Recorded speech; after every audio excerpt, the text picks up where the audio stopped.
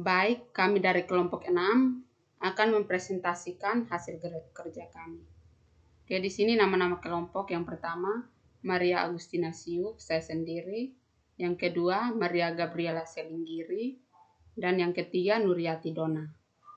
Oke, jadi di sini studi kasus yang kami pilih yaitu klasifikasi bunga dengan menggunakan metode isomap dan naive Bayes classifier.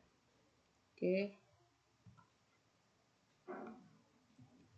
Baik, di sini yang pertama bab 1 pendahuluan. Latar belakang. Dalam mengklasifikasi bunga dibutuhkan beberapa parameter dan salah satunya adalah anatomi pada susunan bunga yang disebut dengan morfologi bunga. Nah, klasifikasi bunga yang sering digunakan adalah berdasarkan mahkota bunga dan berdasarkan cabang dan susunan bunga. Pengklasifikasian tersebut dilakukan secara manual dengan melihat langsung bunga yang akan diklasifikasi. Dalam kasus data yang besar, cara tersebut kurang efektif karena membutuhkan waktu yang lama dalam pengklasifikasian.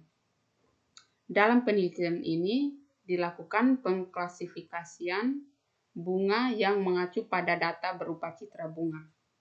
Metode isomap pertama kali diperkenalkan oleh Tenenbaum J.B. pada tahun 2000. Tenenbaum menggunakan isomap untuk melihat pola pergerakan wajah. Isomap adalah salah satu metode manifold learning yang digunakan dalam pengenalan pola. Pada tahun 2002, Xu dan kawan-kawan menggunakan isomap untuk mengekstrak fitur dan setelah itu menggunakan neural network untuk menghasilkan output berupa parameter transformasi affine. Berdasarkan hasil penelitian, maka metode isomap dapat digunakan sebagai metode untuk mengekstraksi fitur. Fitur-fitur tersebut kemudian dapat digunakan untuk proses klasifikasi. Salah satu alat untuk klasifikasi adalah naive Bayes classifier. Naive Bayes classifier menggunakan prinsip naive Bayes untuk melakukan klasifikasi terhadap satu gizi. Selanjutnya, Fahru Roshi dan kawan-kawan menggunakan naive Bayes untuk mengklasifikasikan kayu berdasarkan kualitasnya. Pada tahun 2014, Kosasi melakukan pengenalan pola dengan menggunakan metode isomap pada berbagai jenis bunga. Akan tetapi belum melakukan pengklasifikasian bunga. Untuk itu dalam penelitian ini dilakukan pengklasifikasian bunga dengan menggunakan metode naive Bayes. Nah, yang kedua di sini 1.2 tujuannya. Nah, tujuan penelitian ini adalah mengklasifikasi bunga dengan menggunakan metode isomap dan naive Bayes classifier dan diharapkan penelitian ini dapat dimanfaatkan untuk membedakan jenis-jenis bunga berdasarkan mahkota bunga, cabang, dan susunan bunga. Oke, bab 2 di sini landasan teori. Nah, di sini tahap pengklasifikasian bunga dengan menggunakan metode isomap sebagai ekstraksi fiturnya dan naive Bayes classifier sebagai pengklasifikasinya. Tahap dalam melakukan klasifikasi tersebut dirangkum dan disajikan pada gambar 1. Nah, ini ada gambarnya di sini. Di sini yaitu citra bunga. Di sini citra bunga dia akan melakukan pengklasan ulang citra menjadi citra berukuran sama. Penskalaan. Yang berikutnya di sini tiap citra diubah menjadi vektor kolom, kemudian mentransformasi vektor-vektor ke ruang berdimensi 2 dan 3 menggunakan metode isomap. Lalu yang berikut vektor koordinat 2 dimensi dan 3 dimensi. Lalu kemudian akan melakukan pengklasifikasian menggunakan naive Bayes classifier Dan kemudian di sini matriks posterior dan vektor prediksi. Nah, di sini adalah gambar tahapan penelitian klasifikasi bunga berbasis citra bunga. Nah, di sini ada keterangannya di bawah sini. Nah, pada penelitian ini digunakan 4 buah jenis bunga yang diwakili citra bunga yang berjumlah 40 sampel, terdiri dari 10 sampel bunga mawar, 10 sampel bunga melati, 10 sampel bunga sakura, dan 10 sampel bunga edelweiss. Nah, pada tahapan pre-processing dilakukan penskalaan ulang pada citra-citra tersebut sedemikian sehingga matriks representasi dari tiap citra sampel berukuran sama. Nah, pada tahap selanjutnya tiap citra yang telah berukuran sama itu diubah menjadi vektor-vektor kolom. Setelah itu dilakukan transformasi vektor-vektor kolom ke ruang berdimensi 2 dan 3 dengan menggunakan metode isoma. Oke, yang berikut di sini. Nah, di sini ada beberapa gambar. Di sini yang pertama gambar bunga mawar, lalu yang kedua gambar melati, gambar bunga sakura, dan juga gambar bunga edelweiss. Nah, seperti yang di atas ini. Oke. Jadi di sini untuk metode isomap sendiri pengertiannya yaitu pengembangan dari metode multidimension scaling atau MDS yang merupakan metode klasik untuk memberikan informasi yang serupa ke dalam ruang elit. Berikut ini adalah input, output, dan langkah-langkah dari metode isoma. Nah, di sini input. Dalam kurung keralnya ini X1, X2 sampai dengan banyaknya X. Kemudian dengan XI adalah vektor-vektor kolom KI. KI atau ini K1. Yang pertama ini mengkonstruksi graf neighborhood dengan menghitung matriks Euclidean distance atau DX elemen R pangkat N kali N, di mana DX dalam kurung I, J adalah Euclidean distance antara XI dan XJ. Kemudian tentukan himpunan dari neighbor untuk tiap titik dengan Canner's neighbor atau dengan menggunakan radius elemen antara titik XI. Dengan tiap titik tetangga XJ dibuat E dalam kurung IJ yang merupakan E dengan bobot jarak Euclid antara dua titik, sehingga terbentuk Weighted Undirected Neighborhood Graph atau G dalam kurung FE di mana V berkorespondensi dengan titik XI. Oke, yang berikut. Nah, yang berikut ini akan dibacakan oleh teman saya. Baik, perkenalkan nama saya Nuriyati Dona.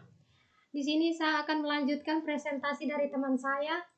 Itu yang kedua, mengestimasi jarak geodesi berdasarkan jarak pada jalur terpendek antara titik X1, XI dan XJ yang berada pada graf G yang dapat dinyatakan dalam bentuk matriks D, G, dan Kemudian yang ketiga, menggembet ke dimensi yang lebih rendah dengan mengubah matriks DG menjadi matriks BG dengan rumus berikut. BG sama dengan min 1 kurang min 1, kemudian T tutup kurung DG 2, kemudian tutup kurung I min 1, kemudian min 1 pangkat T, di mana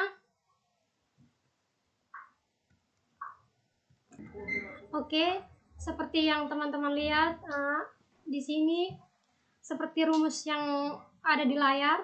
Kemudian yang berikutnya Naive Bayes classifier, yaitu suatu pengklarifikasi yang menggunakan prinsip probabilitas bersyarat pada bidang statistik, yaitu prinsip Naive Bayes untuk menghitung probabilitas bahwa suatu kejadian atau objek masuk ke dalam salah satu dari beberapa kelas atau kategori yang tersedia atau diberikan. Kemudian dalam perhitungan probabilitas bersyarat, hal yang diperlukan oleh Naive Bayes classifier adalah bersyarat dari suatu kejadian atau objek masuk ke dalam tiap kelas yang tersedia. Kemudian, prinsip perhitungan probabilitas tersebut dapat dijelaskan secara ringkas pada contoh berikut. Misalnya, terdapat tiga buah kelas tersedia, yaitu K1, K2, dan K3, dengan N buah fitur F1 dan F2 dan Fn. Kemudian, jika diberikan suatu kejadian atau objek X, maka perhitungan probabilitas X untuk masuk ke 3 buah kelas yang tersedia masing-masing adalah sebagai berikut. Di sini seperti rumus-rumus seperti berikut.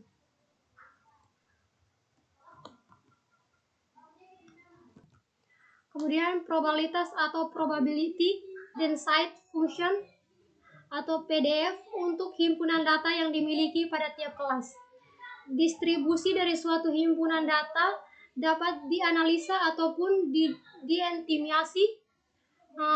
Distribusi dari suatu data, misal himpunan data D, erat kaitnya dengan fungsi kepadatan probabilitas atau singkatan dari PDF, yaitu suatu fungsi yang menyatakan kepadatan probabilitas bahwa suatu data anggota himpunan D tersebut memiliki kondisi tertentu.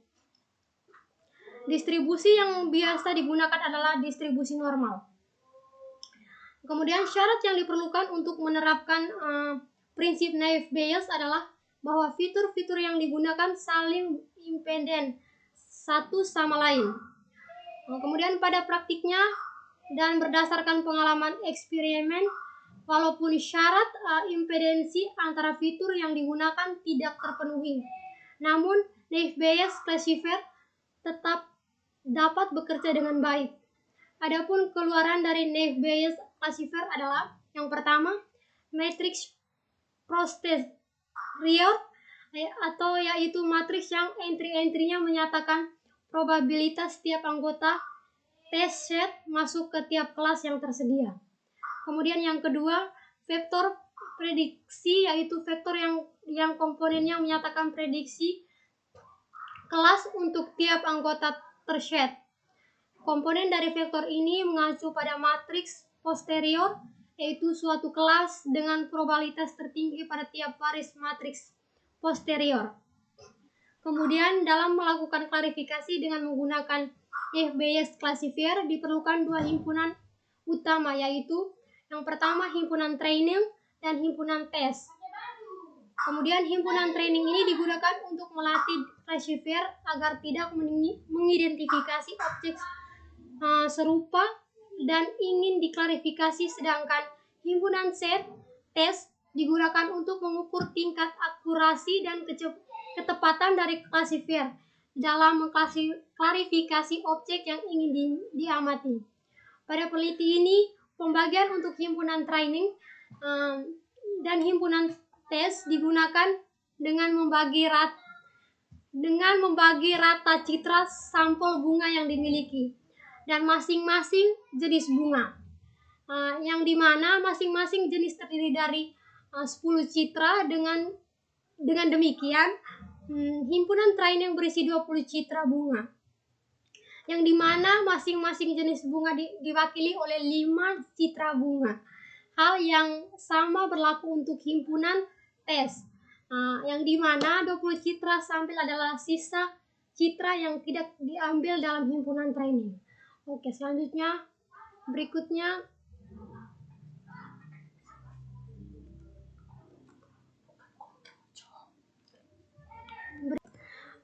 pada bab yang ketiga pembahasan, di sini teman saya akan melanjutkan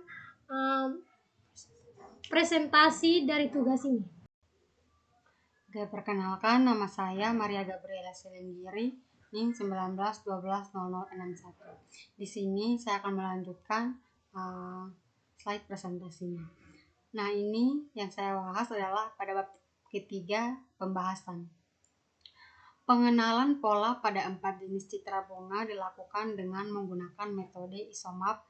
Dalam penelitian ini, hasil pengenalan pola menggunakan metode isomap adalah vektor-vektor di ruang berdimensi 2 dan ruang berdimensi 3. Jika komponen dari vektor-vektor tersebut dipandang sebagai suatu koordinat, maka hasil pemetaannya disajikan pada gambar berikut ini. Nah, ini gambarnya saya perbesar. Nah, seperti ini. Ini gambarnya.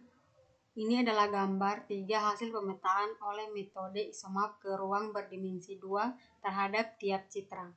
Sampel bunga kotak, yaitu mawar, yang kotak ini.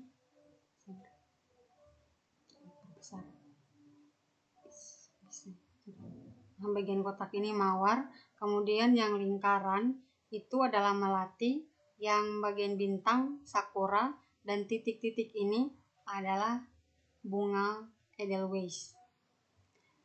Pada gambar 3 dapat dilihat bahwa kelompok citra bunga mawar atau kotak cenderung berkumpul pada satu area dengan jarak saling berdekatan. Hal ini menandakan bahwa antar citra sampel bunga kotak memiliki kemiripan satu sama lain. Dengan demikian, klasifikasi terhadap citra bunga mawar yang kotak kemungkinan akan lebih akurat, di mana hasil uji klasifikasinya akan disajikan pada pembahasan selanjutnya. Sementara kelompok citra bunga lainnya cenderung menyebar dengan beberapa di antaranya memiliki jarak yang cukup jauh dibanding kelompoknya. Dalam hal ini, kelompok yang memiliki penyebaran paling acak adalah kelompok citra bunga melati yang lingkaran dan di mana terdapat 3 buah objek yang terlihat terpisah dari kelompok besarnya.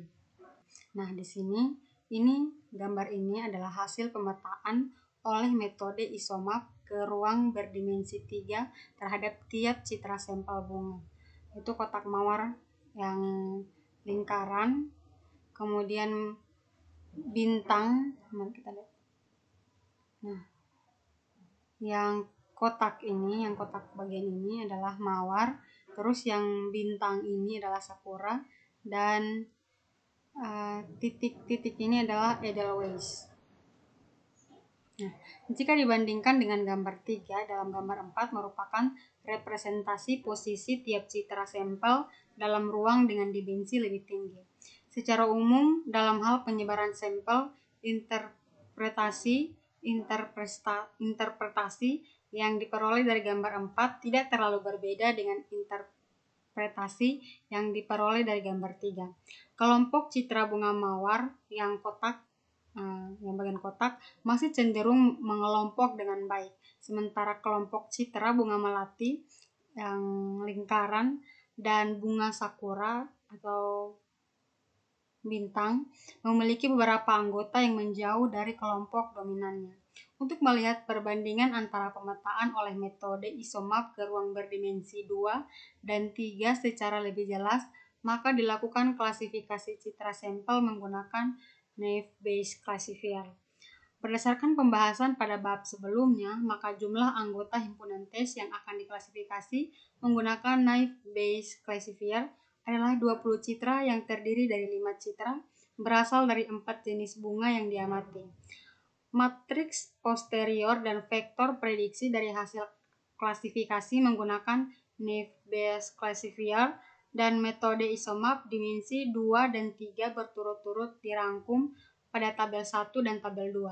Pada implementasi Naive-Bayes classifier, masing-masing jenis bunga diberi kode ED untuk Edelweiss, MT untuk melati, MW untuk mawar, dan SK untuk sakura. Kita lihat tabelnya.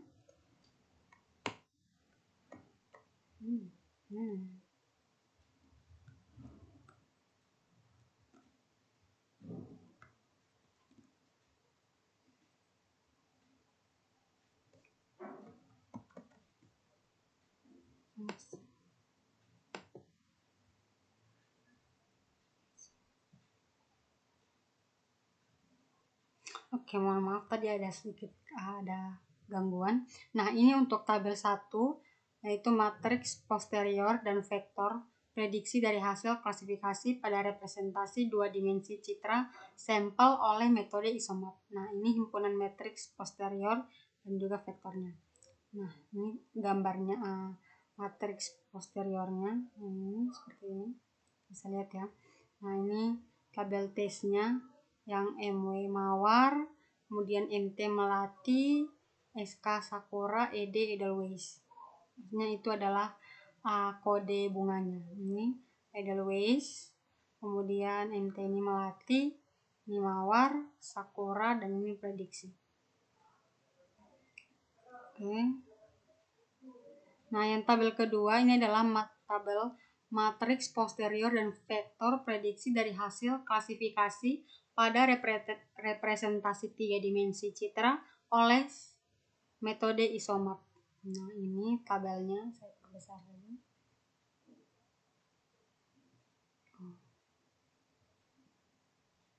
Bisa. Nah, ini kursor. Nah, ini tes, tabel tesnya untuk Mawar. Ini tabel ini ED itu adalah Edelweiss, singkatan atau kode untuk nama bunganya. Kemudian MT yang tadi saya jelaskan, MT ini Melati, Mawar, Sakura, kemudian ini prediksinya.